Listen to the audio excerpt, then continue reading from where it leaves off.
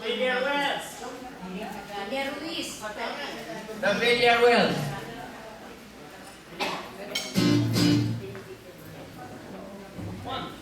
One, two, three.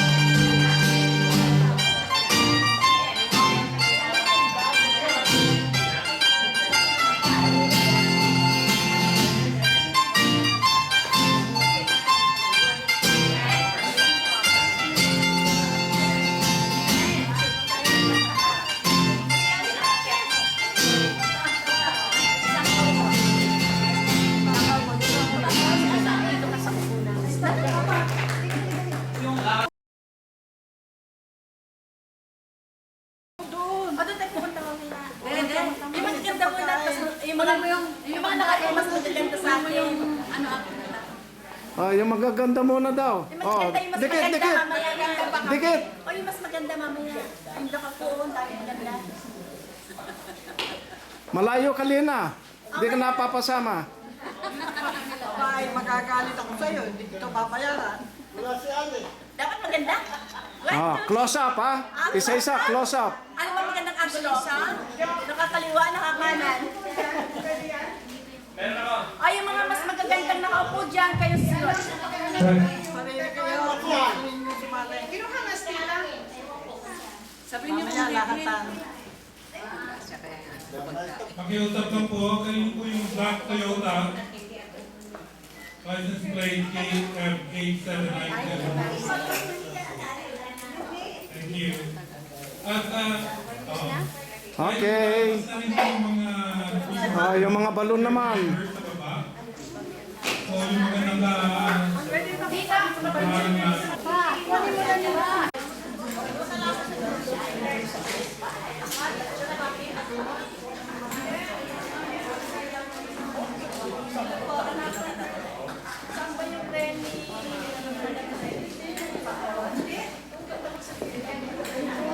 Dito ako. Ordinary. Lina, baka gusto mong sumama. Sama-sama tayo. Sama-sama tayo. Ay, kabayo.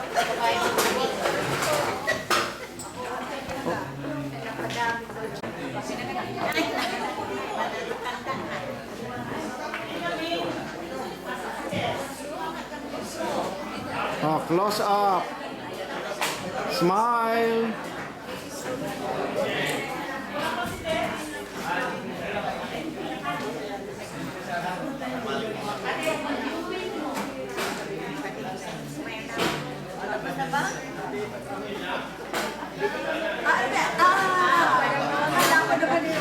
Video ito, video. Pwede kayong kumaway.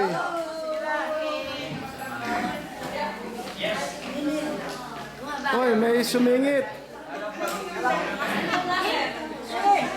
Eh, ayun ba yung Okay, meron pong nais na lumabas doon sa garahe. May nakaharang na Malibu na kotse dala. Para sa aling lahat. Tinapang-bangos ang aking hinahanap. Kuhol na binatan, itlog na maalat, kalamansi, sili, talbos ng kamote, ginisang kangkong, tuyo at bagoong. Nilagang tulya, malunggay at luya, piniritong galonggong, talangka at talaba, hipon na may labong, bulalo at dilis, lahat na lulutong Pinoy aking ninanais. Masarap pa rin sa atin kung ihahambing mo sa Amerika. Paglipas ng araw na ako'y matanda na, uuwi ako doon, yarang aking dala. Lansones, duhat, santol at rambutan, papayang hinog, manggang malibalang, bingay aratilis, siniguelas at atis, lahat na to prutas, Pinoy aking ninanais. Masarap pa rin sa atin kung ihahambing mo sa Amerika. Paglipas ng araw na ako'y matanda na, uuwi ako dolyar ang aking dala. Paglipas ng araw na ako'y matanda na, uuwi ako dolyar ang aking dala. Ayos ba yun? Ayos yun. Kung may uuwi kong dolyar, ayos yun.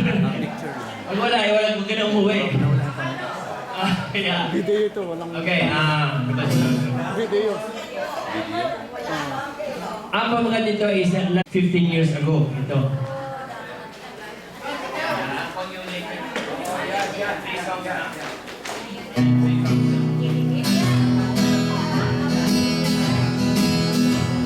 Doon sa aming lalawigan,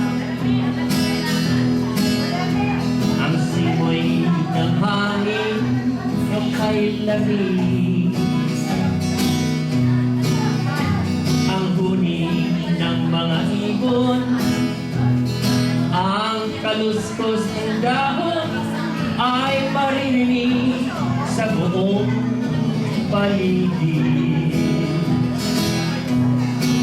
Ang mga bulaklak sa umaga,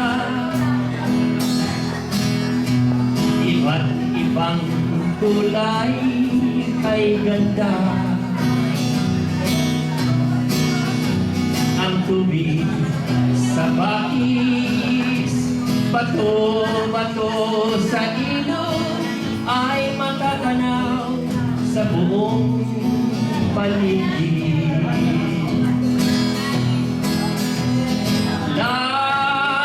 Lalawigan, lalawigan,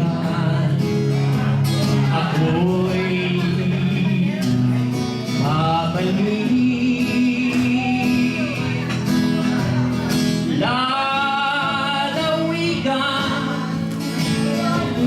Lalawigan, ako'y babalik. Sa pagsapit ng takip silim,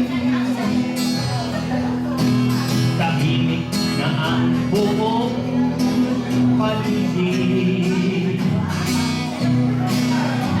Mga bituin sa langit, buwan na nang naakit sa kadiliman ng buong paligid.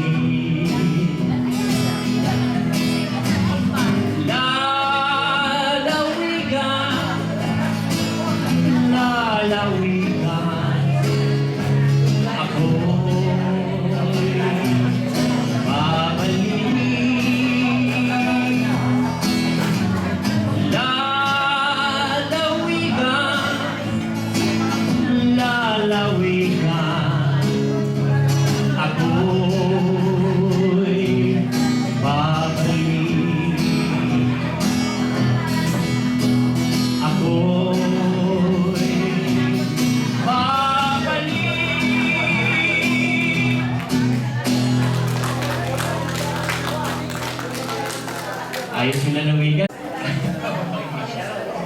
Ito, puro original ang kakating ko, kaya hindi nyo pa naririnig ito kahit kailan. Ngayon nyo pa lang maririnig.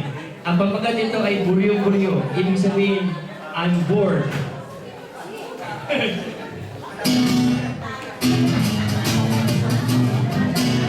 Ako'y buryong-buryo na sa buhay ko. Walang ginagawa, walang trabaho. Laging nakatingin sa hangin, nagbibilang ng bituin. Laman ng isip ko'y kaya natin. Aking mga kamay ay nangalabig na. Paging aking laman ay nanginginig pa. Di sanay sa taglamig na to, nalulungkot, nagugulo. Paano na lang kaya ang buhay ko?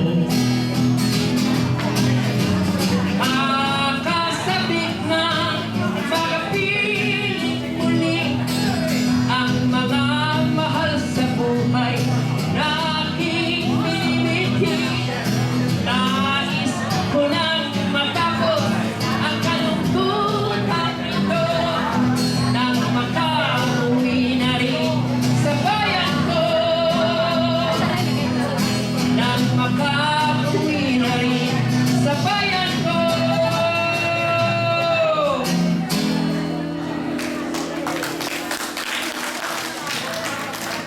Thank you very much.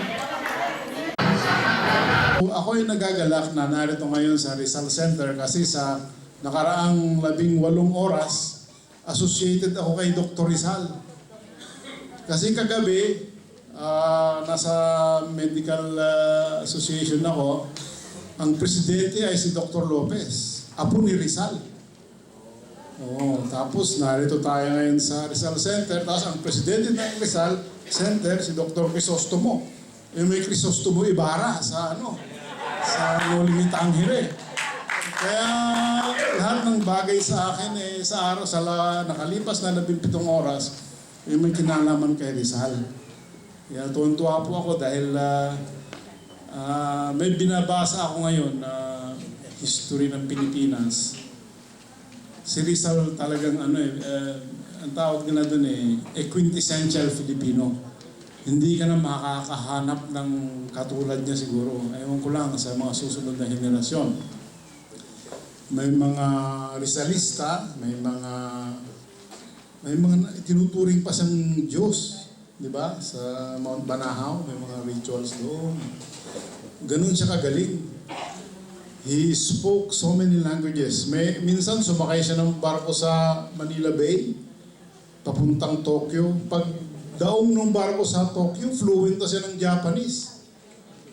Pero may suspense ako, may girlfriend yun sa cabin Kasi hindi mo matututunan ng language kung walang walang nagtuturo sa'yo na 24 hours Kaya ganun pa man, talaga namang napakagandang lalaki ni Rizal, napakatalino. So sabi ng mga European na nagkaroon ng relasyon sa kanya na mga babae,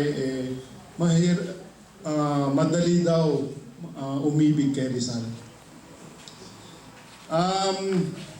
Yung asosasyon nyo ay kahit na ngayon lang tayo nagkita, karamihan sa inyo ngayon ko lang nakita, ay napakalapit sa akin kasi personally kasi lumaki ako sa lola. Yung lola ko tumira sa amin dahil ang nanay ko bunso. So nagkataon na paborito niya ako. Marami siyang apo, at that time siguro baka 30 kasi 11 anak niya, lahat may anak. Ngayon yung lola ko, very religious yun. Walang linggo yun, o Holy Week, na hindi siya nagsisimba. Sa Holy Week, araw-araw yun, nagpa-fast yun, nag-rosaryo. Ngayon pag linggo, lahat ng apo niya sa paligid namin, inayaya niyang magsimba. Paggising sa alas 6 ng umaga, walang sumasama, ako lang. Wala pang tricycle yata. 2 kilometers away, simbahan lalakarin namin pareho. going to church, and back. So, mahal na mahal ako ng lola ko. Minsan nag-away ang nanay ko at lola ko, ay ang nanay ko at tatay ko. So yung tatay ko, tinakbo ako sa bahay ng kapatid niya yata, basta kamag-anak. Nirescue ako ng lola ko. Sabi niya, mag-away kayo mag-asawa, huwag niyong idamay yung apo ko. Kaya, lakas ko talaga sa lola ko eh. So ang Grandparents Association sa akin, bagamat ngayon lang tayo nagkakilala malapit sa akin dahil ang tunog lang ng grandmother sa akin sa mother side ko yun, no? Talagang iba. Dahil kung nasa Amerika lang yun at buhay pa ngayon, tuwang-tuwa siguro ngayon. Dahil, dinisiplina rin ako noon. Talagang, talagang dumaan din ako sa yung traditional discipline, especially sa religious discipline. Pagsisimba, pagdadasal, bago matulog. Parang parang wala na yung mga ganong values ngayon. But to me, I cherish those values because it made me what I am. So, magandang hapon ulit at sana ay mag-enjoy tayo lahat at kayong may mga apo, siguro nailipat nyo rin ang inyong mga values sa inyong mga apo dahil napakahalaga po nun, lalo sa ating mga Pilipino. Maraming po salamat at magandang hapon.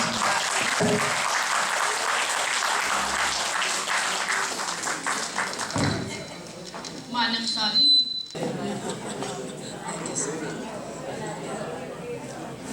Good afternoon, everyone. Good afternoon. We're very happy to see you. You are joining us in our 26th anniversary. Thank you so much. We are so happy. We are so proud that you are all here at to join us. Okay. Alam mo, yung natin, yung new officers natin, 26 years old na kami, no? Tsaka yung aming founder, si Tita Cora Obao, yun ang talagang nagbibigay sa amin ng mga this and that mga advice niya na like sige lang, maski hindi pa nag-asawa, maski binata, at tanggapin natin. Hindi, mga seniors lahat yan maski walang anak, sige, basta hindi lang pinalitan ang pangalan. Grandparents pa rin kahit mayroong walang apo. Kaya okay lang sa amin. Kasi, alam mo, cooperative kami lahat okay sa amin ang lahat ng mga sinasabi ng aming founder. Ngayon, yung mga past niya, ng mga documents niya, mga advice niya, mga kanta niya. She's fond of singing, ni Mariano pa niya, our founder. Kaya sinusunod namin ang gusto niya. So, we're very grateful that our new officers for 2015 and 2017, they are all very loyal and very faithful. They are very cooperative. Wala pong sigawan sa amin, walang away sa amin. I praise the Lord na babait sila lahat. They're very loyal, very cooperative. Ngayon, hindi na kailangan papayuhan sila. Alam na nila yun They're all mabait. Thank you to the Lord na babait ang mga new officers namin, even the old officers. So, I don't think kailangan pa nilang payo because they know already. And, first of all, they know na we have to observe our Constitution and bylaws. Alam na nila yon. Ngayon, but we told them, huwag kayong mahigpit, huwag kayong istrikta, sabi ng aming founder, na be very understanding, flexible, mga officers, flexible, huwag tayong istrikto. Ngayon, understanding tayo, and then we will always listen to them.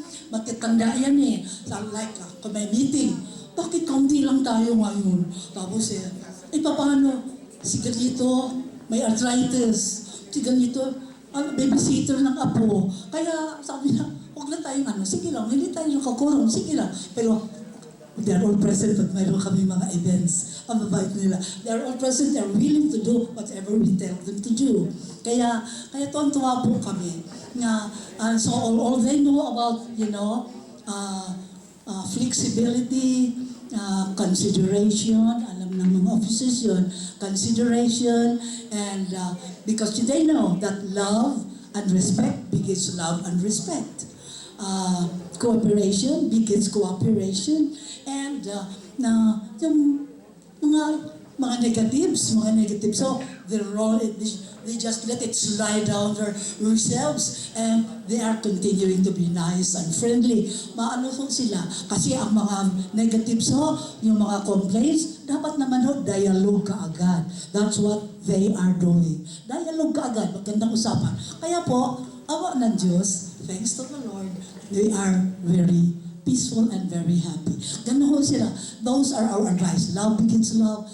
Consideration begets consideration. Respect begets respect. Understanding begets understanding. We all know that. Hindi lamang mga officers. Tayo lahat, we know that. Okay? So, we are very grateful, and I wish all of the new officers congratulations again. Congratulations. And may God bless you all.